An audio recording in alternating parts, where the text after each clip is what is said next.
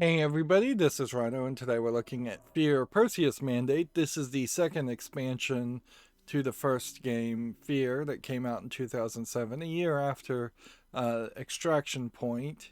And in that 1 year, you can at least see now we are at widescreen. Not by default, the game still didn't recognize that setting amongst many settings, but at least we can click a button here and then you have a widescreen option and get all the way up to 1080p.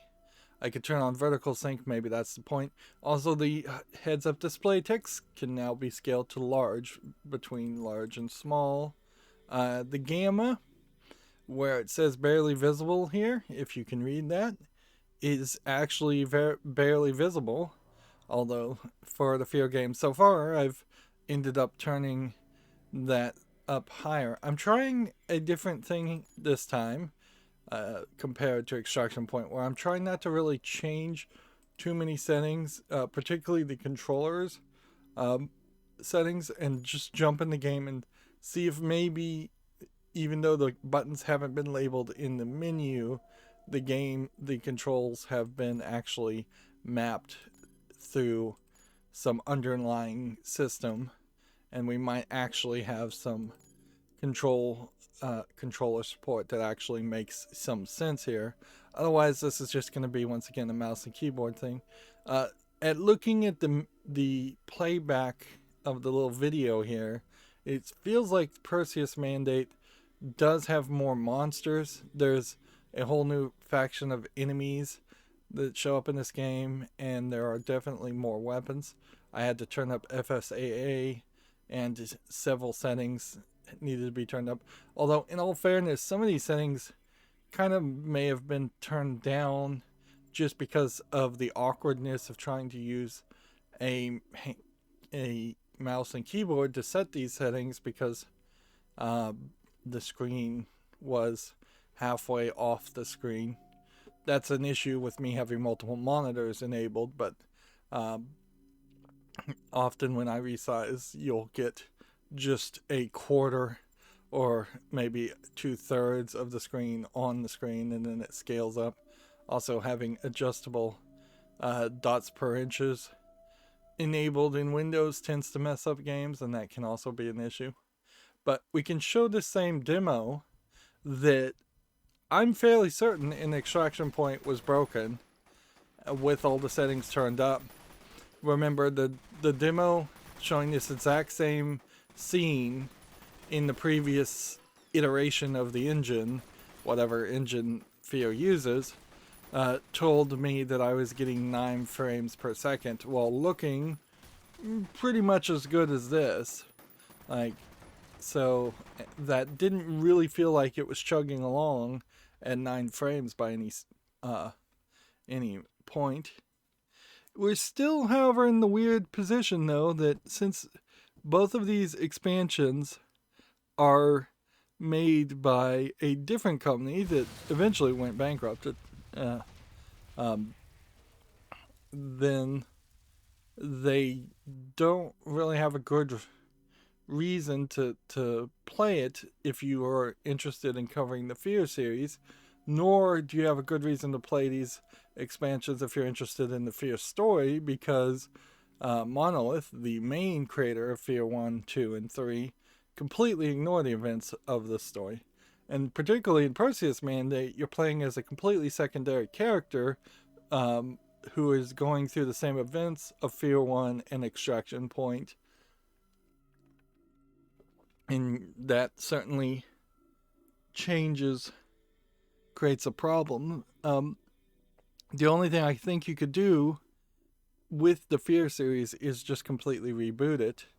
And even that becomes slightly crazy and off the rails, because you don't have anything really new to offer in the terms of AI. I seriously doubt we're going to see major improvements in AI. It's always going to just be a little bit iterative. And so it's just going to be slightly better than the last game. This is, I think, in part the problem with trying to remaster and continue the Halo series also, is that there's just not a lot there. The F.E.A.R series, at the very least, could continuously introduce more spooky things, but then you have to be creative and create spooky things, or you just genericize the F.E.A.R series, and just every year there's a new F.E.A.R map that's introduced, and that's what we see a lot in multiplayer games, is a lot of instances of you just getting a new map here and there once a year, and then if people like the multiplayer, they play the multiplayer, but there's a little focus or interest in the single player. I think this test results, as we've been sitting on here, is probably accurate. An RTX 2080 playing a 13-year-old game probably can get 208 frames per second. Now, can my monitor or my recording software render 208 frames per second? No. Best case scenario, even if I bought an expensive 200 hertz monitor, it would probably only be able to hit that medium. So what you've really got is a situation here where I could easily have way better looking graphics, twice, 2 to 3 times as many, as much quality graphics, if they just had the textures, if they just remastered and remade the game. A maximum of 968 frames per second is a ridiculously high amount. But an average of 460 tells you, look, if you are just gonna try for 60, you could probably go for 4K graphics easily at this point. Like, since 4K graphics is 4 times 1080p, yeah, you could easily go 4K 60 on this.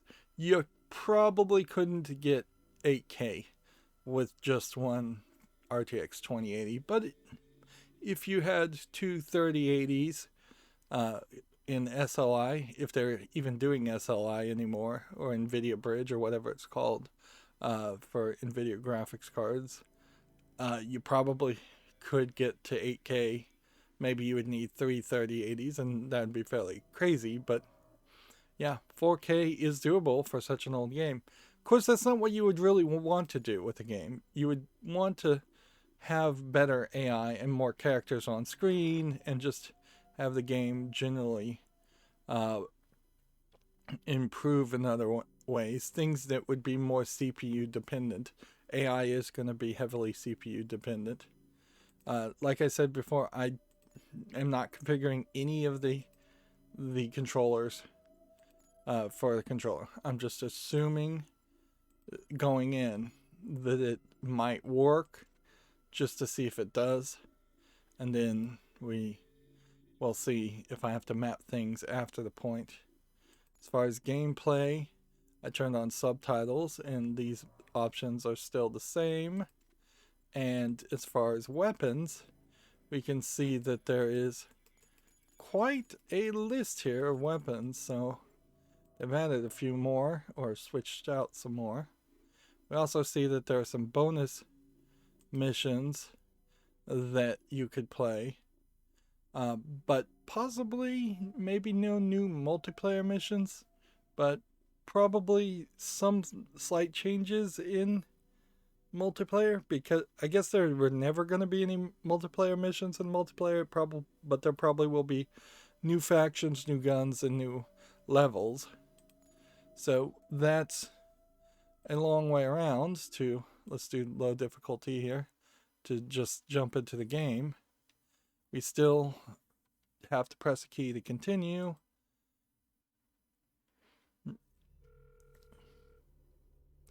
It could have been a case that the game, the extraction point expansion, did play pretty badly. This is anthropomorphic widescreen for this cutscene, and the subtitles are still too small.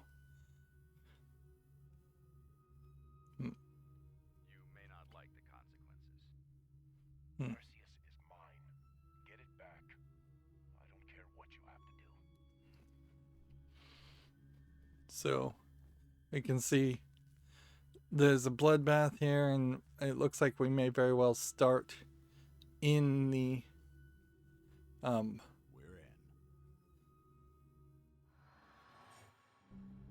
yeah, it seems like we're gonna just kind of start in the building section that takes up like half the game. Over the course of a very short amount of time, I've watched a run through of F.E.A.R. 1.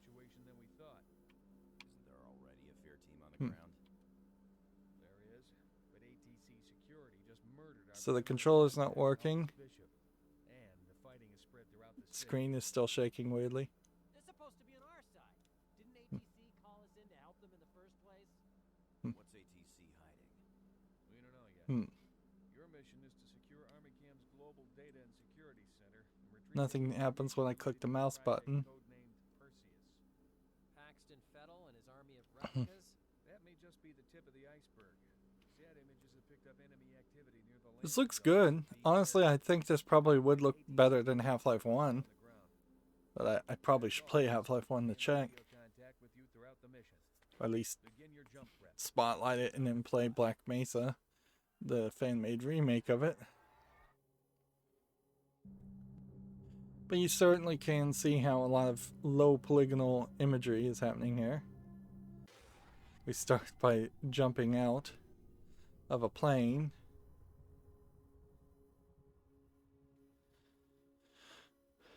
So yeah, it doesn't seem like the controller by default is going to be set.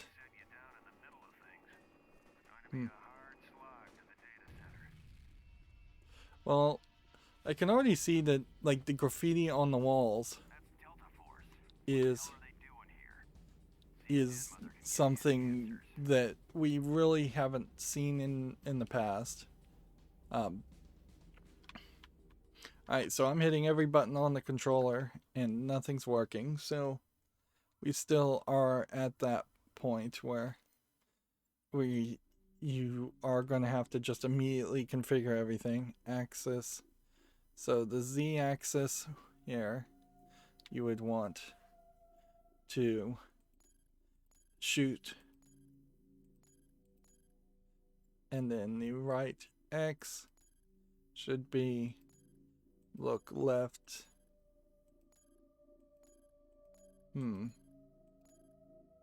Turn left and right. Right Y. Look up and down. Turn left and right. Move forward and ahead.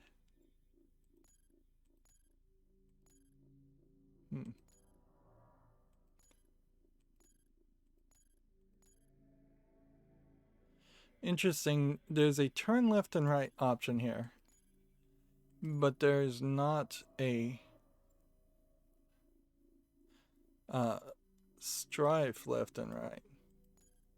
I guess is what they mean here.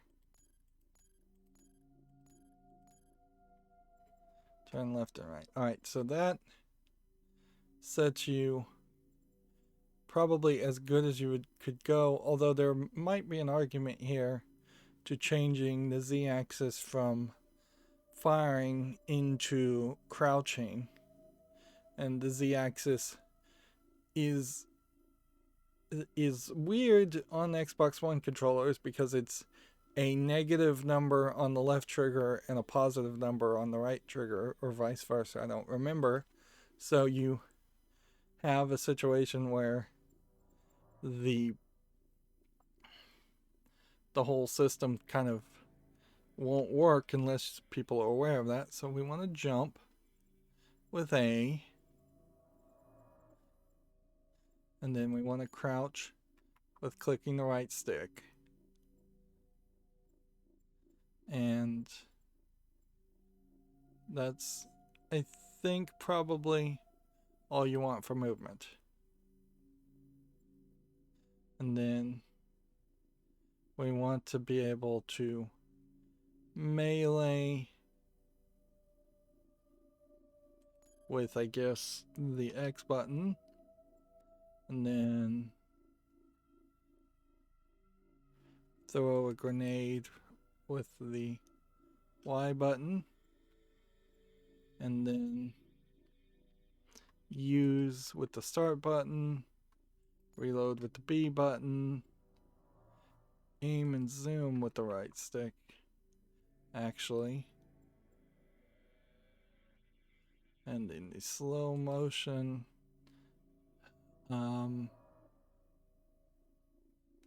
X button.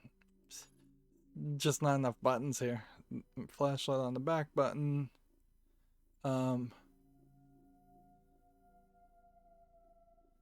see. Inventory. As far as use a med kit, should be switch 0. Weapon slot. Next weapon you'd want to be the D-pad to the left, and that, but that doesn't really work.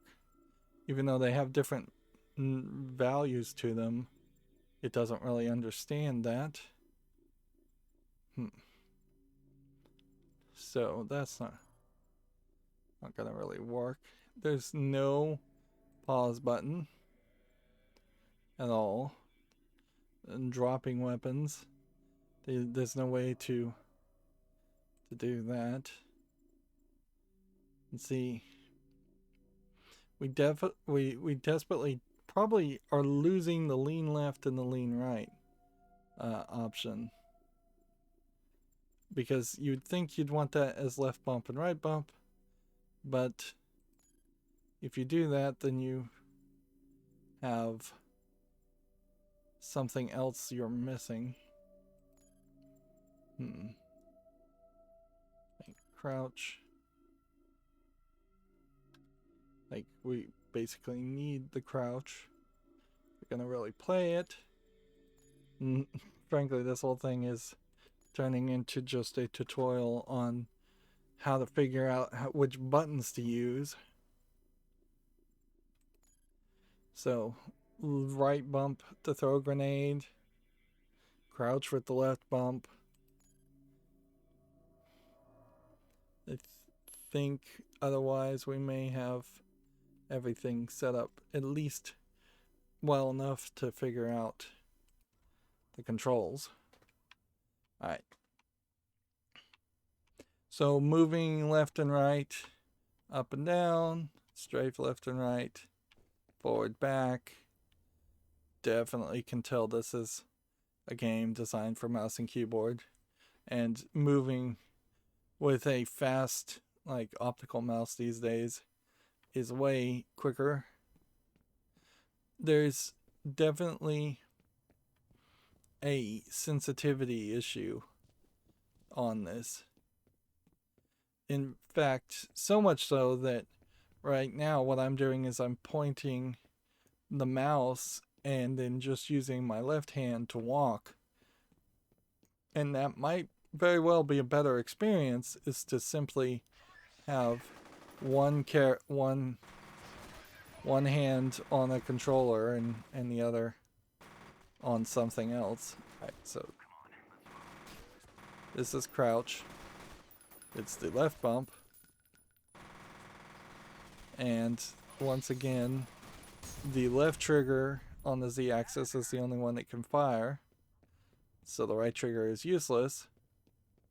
And that's absolutely not what you would want. This water heater doesn't explode. So one of the things we have here that we can take from this is we're going to have a there's slow down. I don't know what Y does. We're gonna have these two fighting with us, which there's no controller prompts this time that's anywhere close. Use the flashlight to activate your headlamp. So I guess the question here is,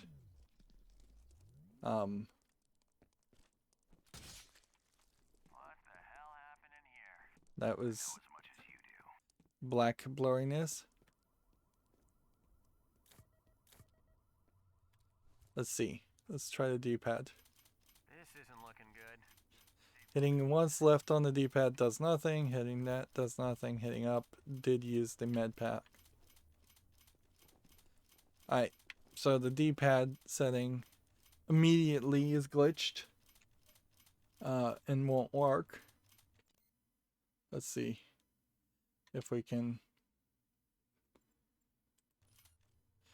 fix that just by escaping and resuming. And there's just extra body armor sitting around. It certainly is logic breaking that people would have extra body armor and they wouldn't be wearing it, or that body armor is so easily replaceable.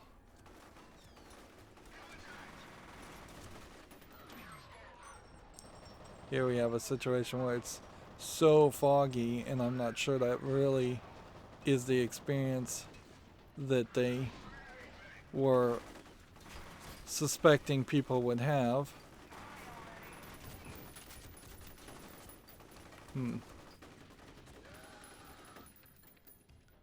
I can definitely say this game is playing a little bit better. Always something else. So,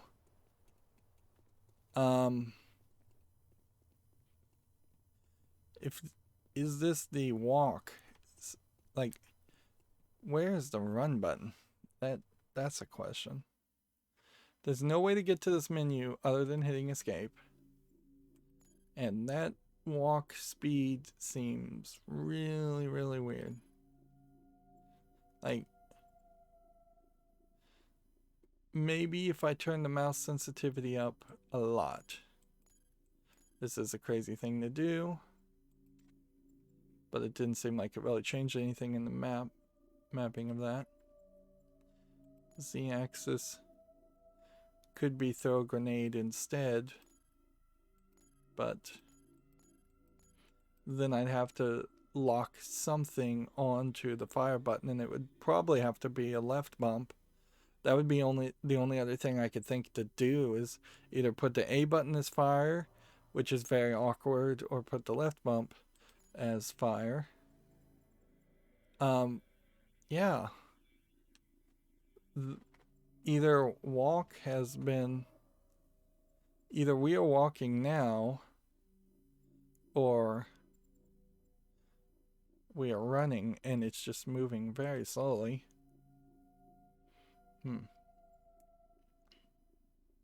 And since they map each of the buttons by the numbers, which is the internal numbers, instead of labeling them as what they are labeled on the controller, it's pretty much impossible to figure out what to do there.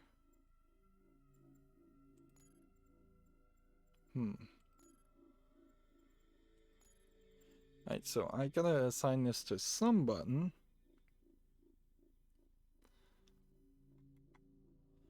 And so I'll assign it to the left click, which arguably that should be crouch. Alright. Yeah, moving the sensitivity up on the controller did not do anything.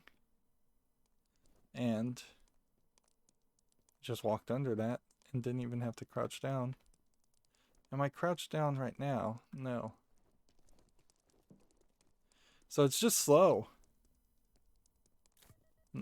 This is kind of the problem with any old game, is that you will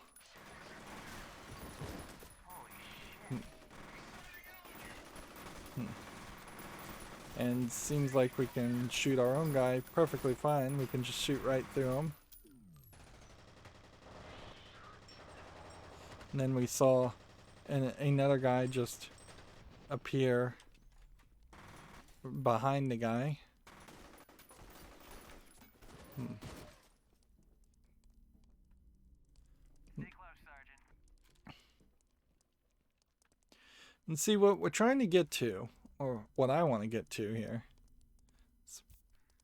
Oh, that still creates the same issue.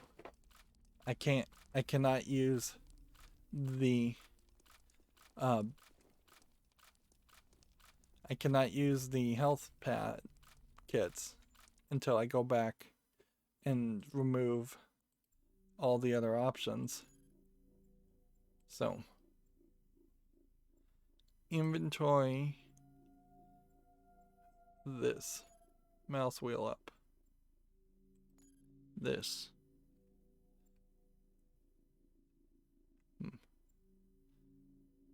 No.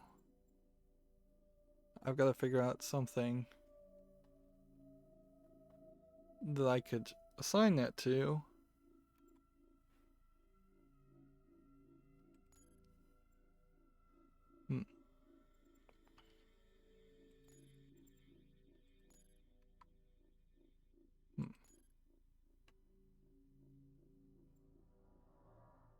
And so we now have gamepad button 4 and 8 assigned to crouching.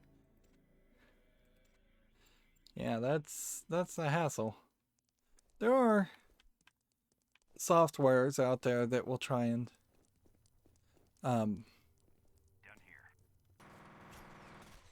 they will try and make a better situation for you as far as controlling older games. They'll map things to the keyboard, and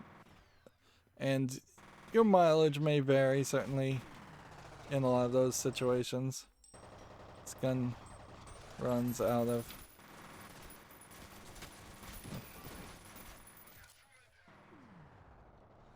Of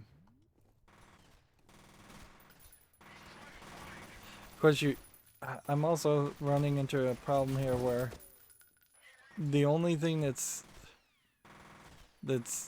telling me whether somebody's an enemy or a friend is whether or not they're shooting. And if I'm behind somebody like that instance, I can easily make that mistake. And so we do have that to work. And I guess now the right bump is the melee, so I have to remember that. There's too much unintuitiveness. Like we've had decades now where they've really locked down the standard layout format of controls, and this is a game just of that era that was slightly before that point.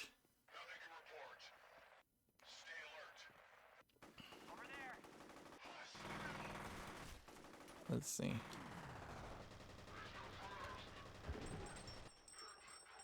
And they say he's too fast as their audio feedback because you're using your slowdown ability, which doesn't really even make the most amount of sense, because the idea was that you were going to be connected to Alma. Point Man was connected to Alma, and that's why you could slow down time. It wasn't an idea that there was just a unlimited number of super soldiers out there that could slow down time. Obviously, if there was a fairly easy way to create super soldiers that could slow down time, then you run into the problem of why don't the enemies ever slow down time and move super fast. Start button works fairly well for using things, and we can just melee doors open. On the other side of this power station is a drainage pipe. We'll be able to take the sewers within a block and a half of the data center. Did I take some damage by falling there?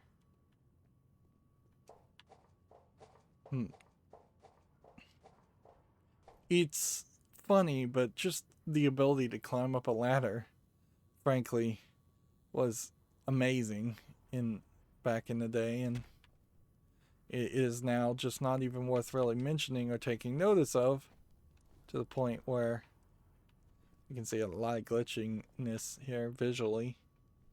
I don't know if that's just because it's running at too high of a frame rate or what.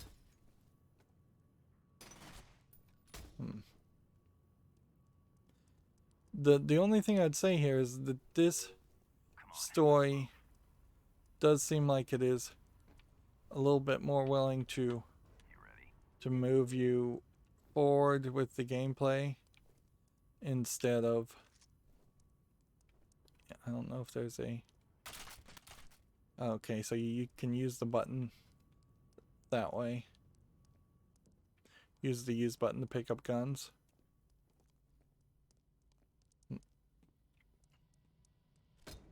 Like, Stay frosty and be ready for anything. yeah, we have a generator room.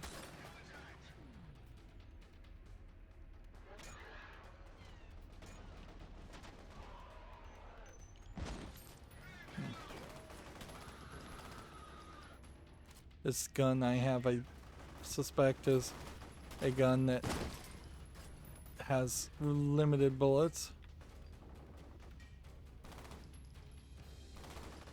We got more coming in.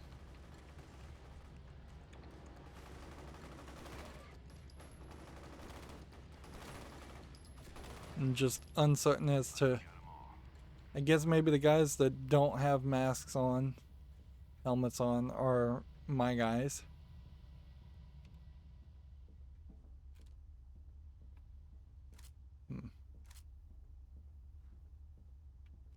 And it seems like we are going to pretty much just have a mandate here where we are going to take on mostly military people for a while before we see the scary stuff. Which, okay. And at a certain level, I don't know if it's really worth it to potentially jump down here to see that there's one exploding barrel.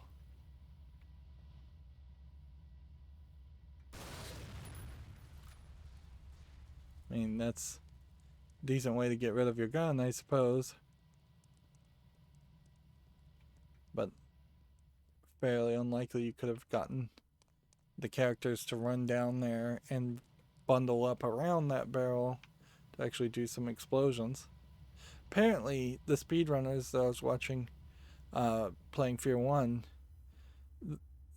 showed this trick where the gravity changes on all environmental elements when there's an explosion, so you can get on top of a box and then set off a remote activated grenade, and the box will project you high into the air. What am I supposed to be doing? Like, this is the exact thing you don't ever want to have happen in a first-person shooter, high-action game, particularly one that's designed to be a multiplayer experience. So these guys had found that this was the path, and they put no breadcrumbing or indication that that's what was supposed to be happening. Well, that was the direction. Maybe there was something on the map that would have shown us. At a certain point, you have to ask the question as to why Alma would let a second group run around. How do we fit into her plans? Alright, so we've got the invisible electric guys showing up a lot earlier, because they definitely did not show up.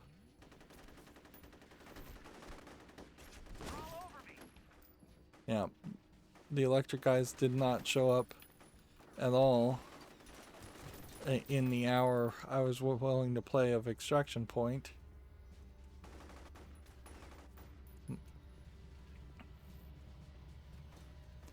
And they seem like our assistant guys do seem to be able to somewhat see these guys, so they're not like completely blind to it, but you can see that how these kind of characters needed to be able to send out lightning or something to just show you where they are. Even though they're supposed to be invisible, you really aren't going to have a great experience with completely invisible characters.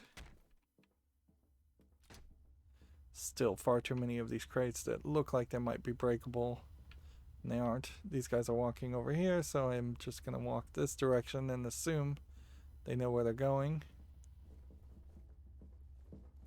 Man, there is a lot of jitteriness, certainly.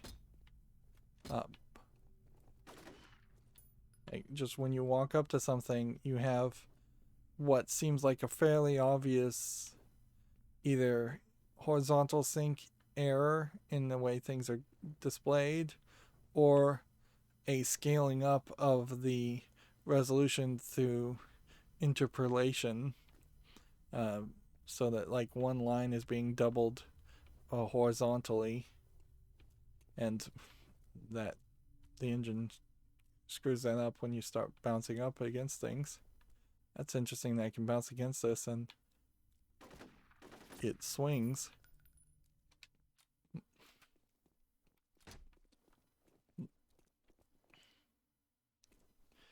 And yeah, once again we are hitting decent amount of checkpoints, so we can see some modernization there. Like, I really want to check something here though. Sorry to come back to the options so much, but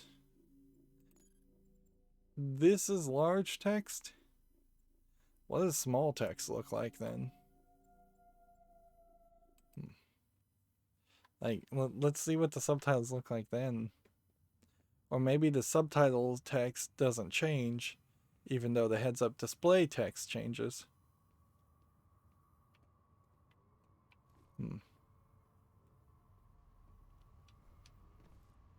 I can see some blood over here, but an increase to health. F.E.A.R always had a skybox issue, certainly, where it was mostly just at night and you would see a very generic sky, and the edges of the horizon could get very blurry if they showed you.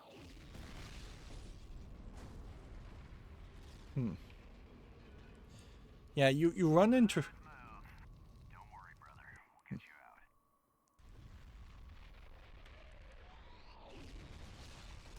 out. Let's see what's happening here. See if we can get a better vision.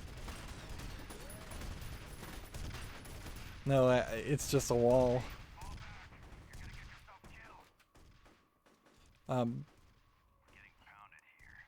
Keep in radio contact and make your way to the data center. See, you kind of need to not have a game where you have AI characters with you, particularly in a horror experience. And so it does make a lot of sense. Still have to use a mouse and keyboard to press to continue.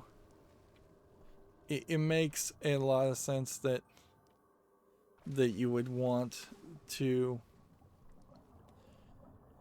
separate the character and let the horror begin, as it were.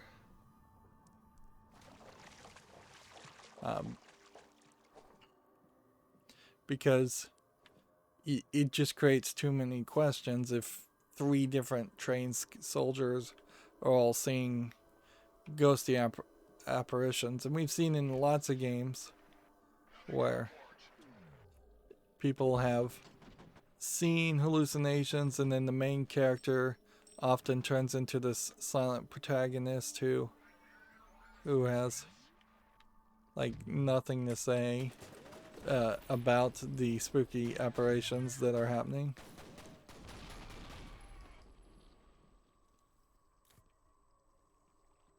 Grenades going off right next to me and it's still not really doing anything. You can only slightly budge the... Let's see. Yeah, I want to use that. Want to try some different guns? Why not? This looks like a grenade launcher. Yep.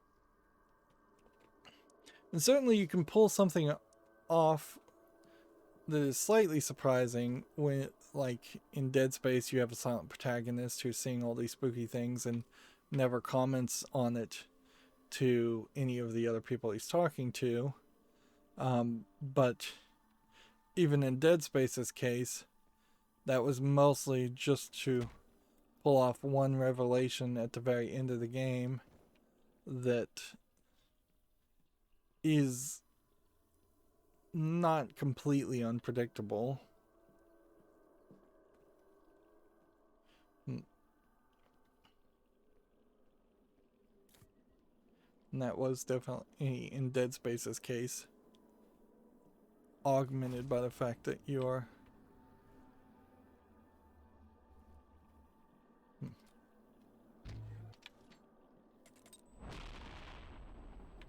Well, that hurt me quite a bit. Somebody just threw a knife at me. And then jumped away.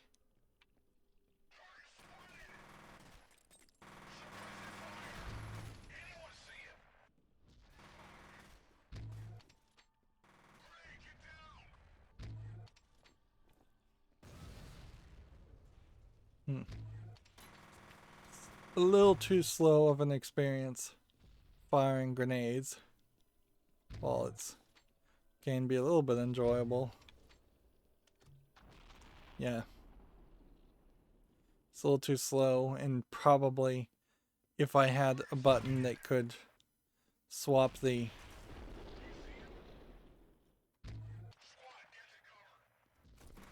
if I could swap the weapons, I should probably swap the weapons and not just use all the grenades immediately. Inherently, if you're slowing down time, you also have to make the assumption that the bullets then speed up via some magic ability also.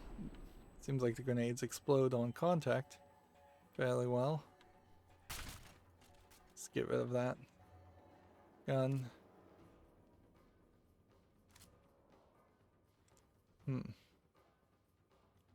Man. I think vertical sync probably is due here. I think we have an issues that typically I don't turn on vertical sync. I don't like it. It doesn't tend to work as well as it's supposed to. But I think in this case that will just create a smoother experience because it'll force the number of frames down to a much smaller number. See, all of a sudden I'm running against the wall. We're not getting those horizontal lines. And what we've basically done is told the game to only run at the 60 frames per second that my TV can actually handle. So we can have a very nice, smooth experience at 60 frames compared to a lesser experience at a 400 to 900 frames.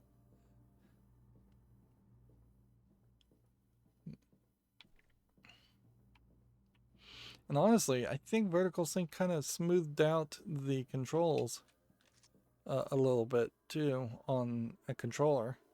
This feels more playable now. We also are kind of nicely moving around from different areas.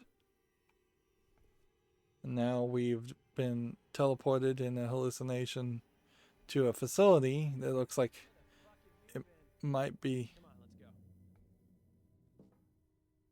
This feels like the.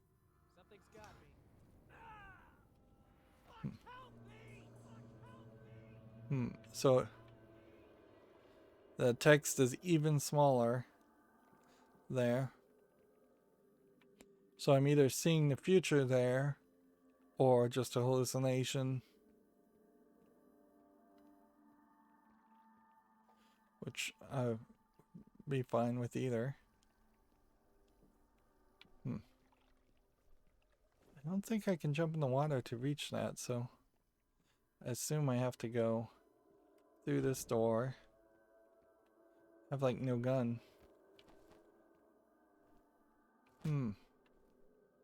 Where'd my gun go? They disabled my gun. Alright, well, let's slow-mo smack this guy. And then take his gun.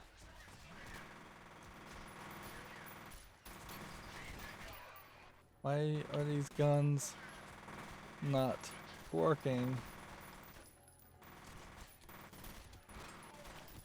Come on. I have a gun. And yet we're not auto-switching to a gun. When auto-switching should be enabled.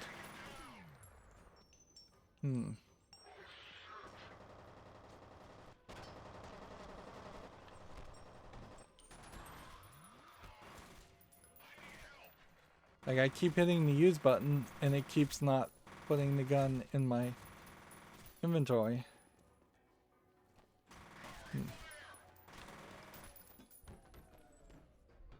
Alright. I was killed. Press any other key to continue. Let's just hit number 1. So anytime there's a cutscene, the auto switching is just not going to work. And you are doomed to die very quickly in that case.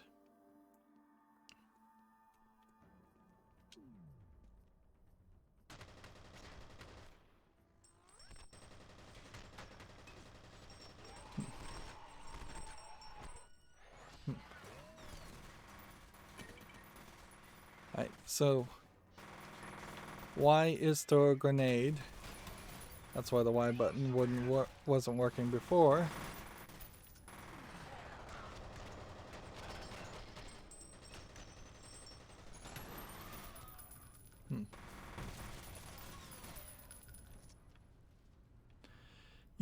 You run into a problem here where the game itself does not really work well as a run and gun shooter either, because you don't have, even on the easiest of challenges, a great balance between the bullet spongy characters, who are, at least in this instance, slightly less bullet spongy than Extraction Point, but are still fairly bullet spongy, and the number of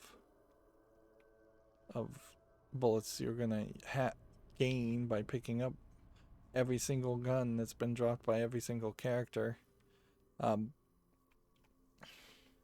It makes an argument for regenerating bullets. You're already in a sci-fi world, so we came in through there, and yeah, we came down here. So it would make sense to me to just ignore the bullet situation. I feel like there's probably a decent number. I keep saying by the way. Clearly there's some kind of assassin killing people out there.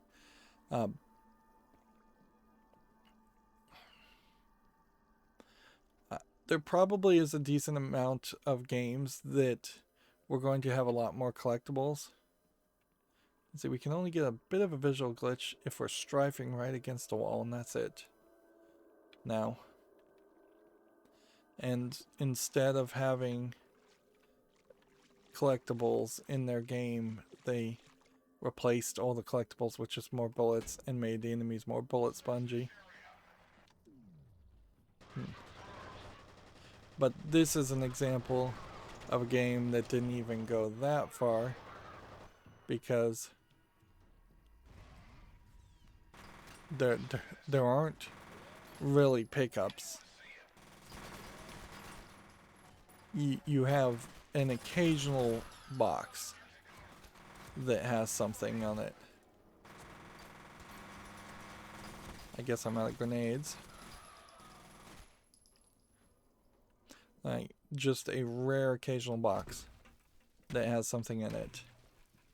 And often, like in those cases, we don't even have a anything in the boxes.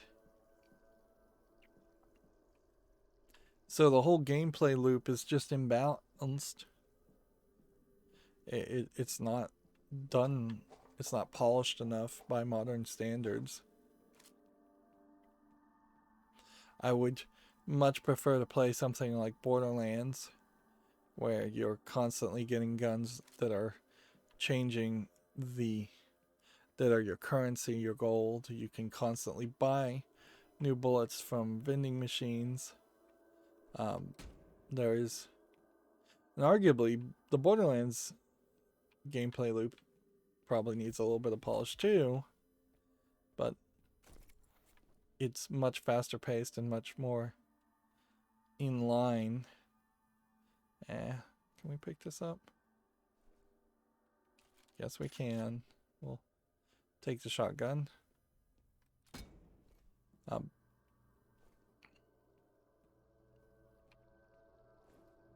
guess we're going down here.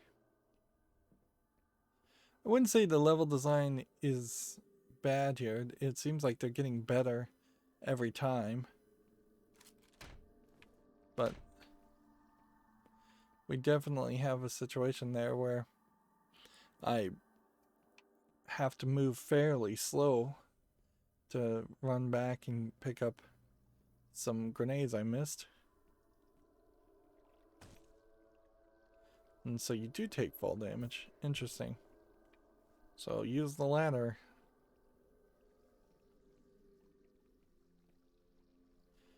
Yeah, this level design is way, way better than the two previous games. We've been all over the place. We've been in sewers. We've been in kind of factory areas.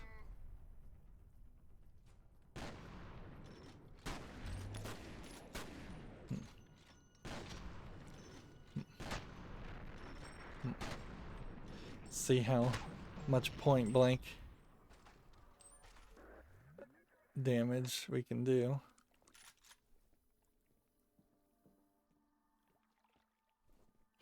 And by the way, the flashlight, I believe, has been on the whole game.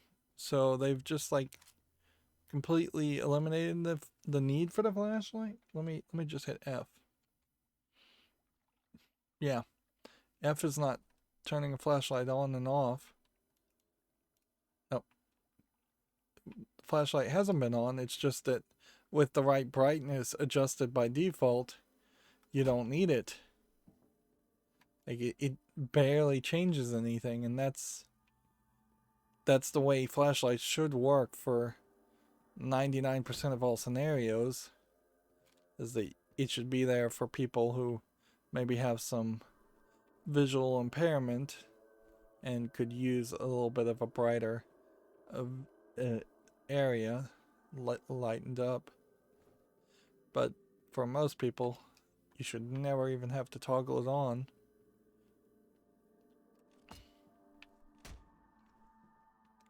Yeah, we're still just in a water treatment facility, as best I could call this. And it works nicely. See, here's a great example of just how the edges get a little bit blurry, and it starts to reveal that, oh no, there actually are only 5 buildings that they actually modeled in 3D around the place, and it makes what is supposed to be a much bigger city feel like a lesser city. Alright. So we're going down to, I believe, a spooky fight. Yep.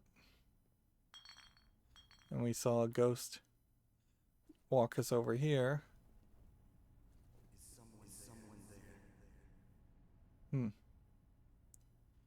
Yeah. It definitely feels like Alma just killed everybody in this entire city. I like the tagging though. That's a bit of color. I don't know if it really helps the environment setting other than just it changes the fact that you're looking at crazy bland gray walls all over the place. This is one of these cases where if this was a modern remake, if you were to make a modern remake of this, you could probably get a lot of like very cheap tags that you could get from an asset store, Unity or Unreal asset store, and you could remake this game in Unity or probably Unreal Engine since it's a first-person shooter fairly easily, and that would make it a lot cheaper to make and feel like a modern game. I guess the question would come down to, if you were going to remake this game, do you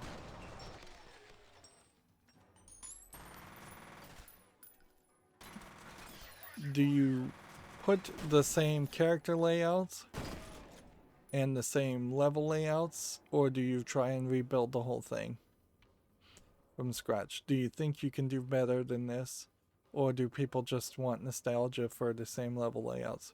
Because these level layouts would, like, a room like this would feel a little old. A lot of people probably wouldn't notice, but I think to most people it would feel a little old. And so, would you go cheap and say, no, these are the exact same levels, we've just put new textures on it, we've just put it in a new engine? Or do you say, we're going to take the general concept of every level / intervale and we're going to expand on it? There is a good argument towards remaking the levels, in the sense that there is definitely stuff here that is here just to waste your time.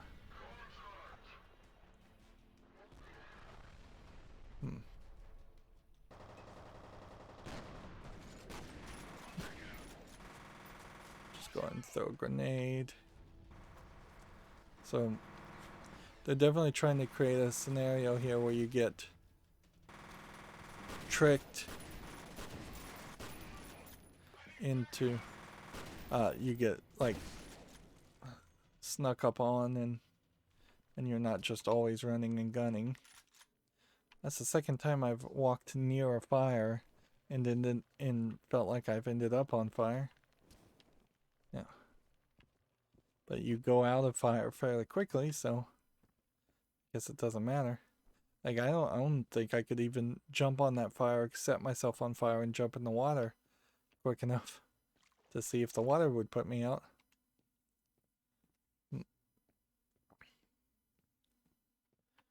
Yeah.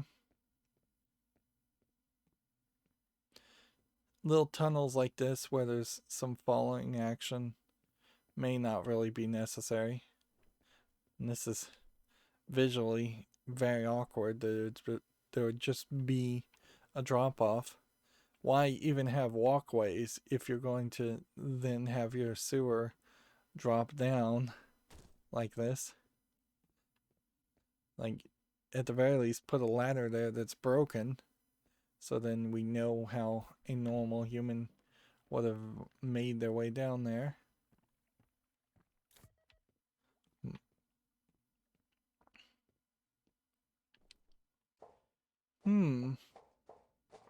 Let's see, we're an hour in, and this does feel very playable. Like, but we're not really hitting a mission. You had us worried there, Sergeant. So now we're at just a completely different area because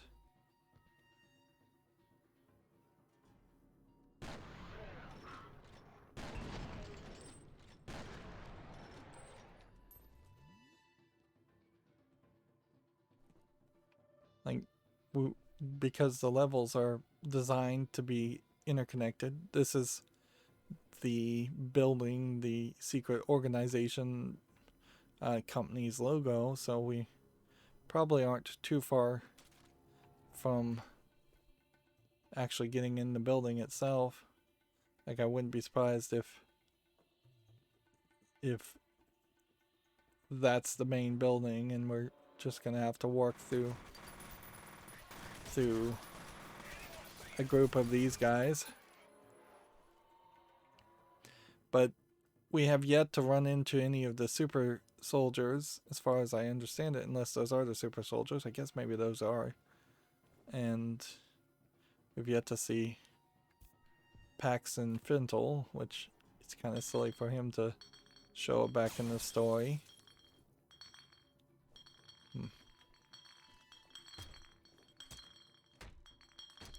Interesting, you can shoot the bottles, but you'd have to be so close towards the front of them to hit them and break them, or towards the back of them.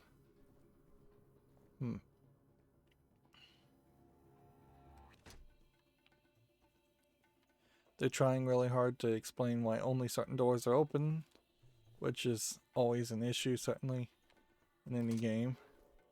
It's funny that these barely slide and don't fall over.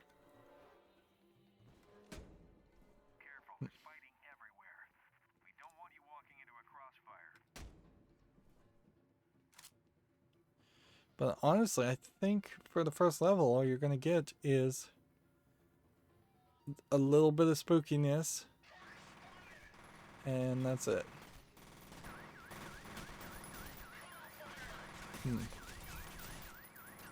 And you can definitely see how this is a first and foremost multiplayer game. And this is the kind of game that certainly established my general dislike for trying to play multiplayer focused games.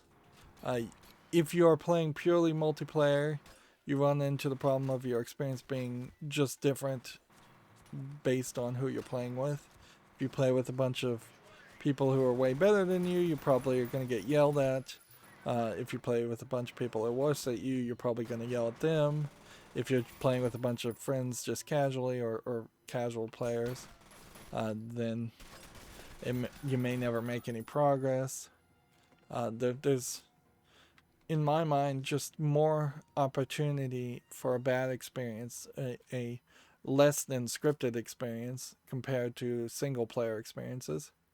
But even in that instance, if they built their game to just have a street level, like they've more than likely done here, then they just have to wedge in a reason why the main character of the story is going through a street. And that's not incredibly hard to pull off, but it is a little bit hard. Interesting that glass does not break. And here we can see Dell XPS computers being advertised still. It was funny, the loading screen on this did say Monolith, but Monolith didn't make this game. So they just wanted their logo on it, I guess just because they own the F.E.A.R franchise. Or claim the F.E.A.R franchise. And since Monolith is the company that lasted longer, and the one that made the original game, that seems acceptable to make that claim. Then we have a camera, which they didn't play any role in any of the F.E.A.R games up until this point. Oddly, it was, and that reminds me of the fat kind of hacker guy who kind of just sucked, and played far too important of a role for a character I didn't like, in my opinion, in the first game. I just got word from Den Mother. They're missing a Delta Force team. Worse, they sent them into the data center without telling us. Great. Let me guess. They want us to find them. Professional courtesy. Rescue and recon, then. Roger that. And see, I keep on playing. Here we're into the offices. Oh, and so we know what the offices will look like. I imagine this game did come out 2 or 3 years after the original game, and it definitely does feel like there's some visual improvements because of that. Am I supposed to jump? Nope. Well, I think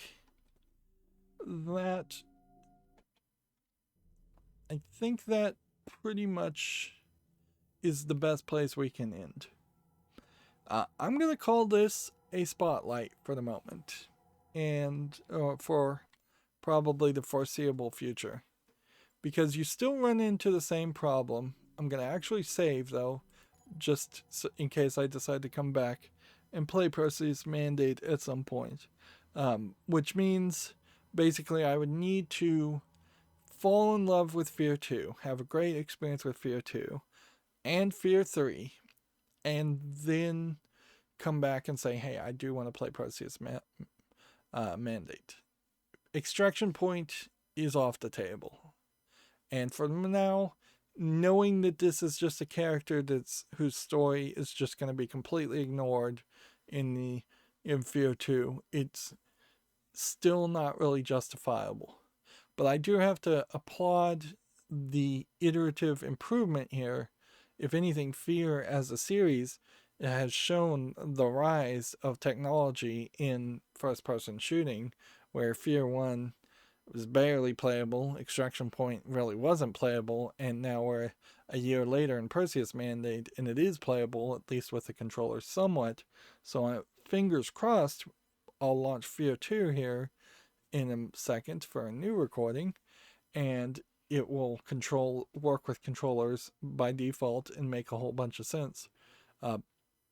We know that the F.E.A.R games were eventually ported to Xbox 360, so they had to have had some tweaks on the 360 versions to be playable, but the Steam versions are still very PC focused, and this probably is a great indication of a lot of old games on Steam that were released possibly in 2007, 2008, 2009, 10 years ago, that didn't have controller support, whereas I would say almost 60% plus of all games have controller support on Steam when they come out nowadays, and of the remaining 40%, I would say you probably are going to put 20 to 30% of the people that don't have controller support as visual novels or point-and-click adventures or other games that you wouldn't really expect controller support to exist for anyways.